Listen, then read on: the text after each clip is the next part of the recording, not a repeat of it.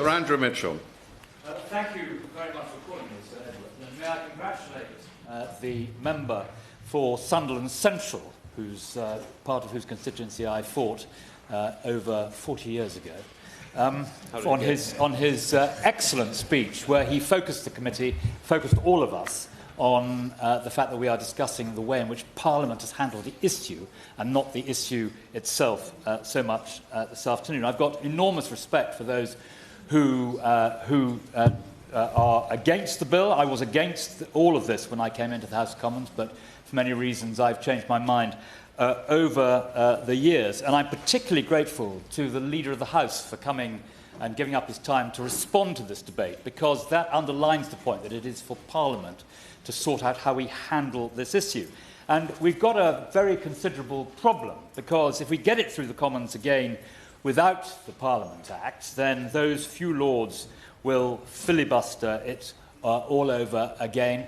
What the highly respected Mark Darcy, the BBC journalist, said, which is quoted by the honourable gentleman, is absolutely right. Now, a large number of our constituents want this bill to go through. But of course, remember what the background has been. The background has been that judges and lawyers and the CPS have made decisions which encroach on the area. The Lords made the decision before under Lord Faulkner's bill. And everyone said, no, this is for the elected House of Commons to decide. It is for us, the elected members, to give our judgment. And that is what we have done in that memorable second reading, one of the best debates I've seen in the House in nearly 40 years. It is for the Commons to decide as elected members, and now, for whatever reason, Parliament has not delivered what the public expect Parliament to deliver, and it has, I think, had a belittling effect on Parliament, and certainly on the respect for Parliament. Members of Parliament individually may not be subjects of great respect, but Parliament itself is.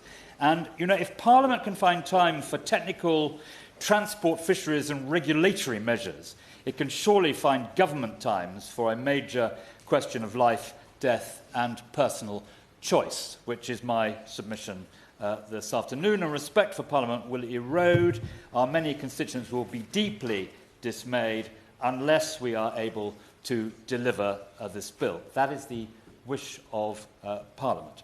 The Abortion Act in 1967 was a private member's bill, but the government recognised it as a major issue of conscience and public policy and ensured, Sir Edward, that sufficient parliamentary time was available, and without that, the bill would not have got through. And remember, as I think has been alluded to, other landmark reforms of the 60s, the abolition of the death penalty, the decriminalisation of homosexuality, they relied on government support for additional parliamentary time despite being private members' bills. And assisted dying, I say to the Leader of the House, falls in the best traditions of those decisions that were made then, and I hope that he and his colleagues will feel able to make the same sort of decisions as our forebears did back in the 60s. Unless, Sir Edward, we have government time, this is not going to work. It's going to gravely damage the reputation of Parliament.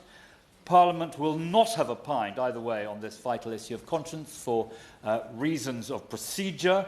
Our constituents will feel we are not coming to a conclusion either way. We will have let them down.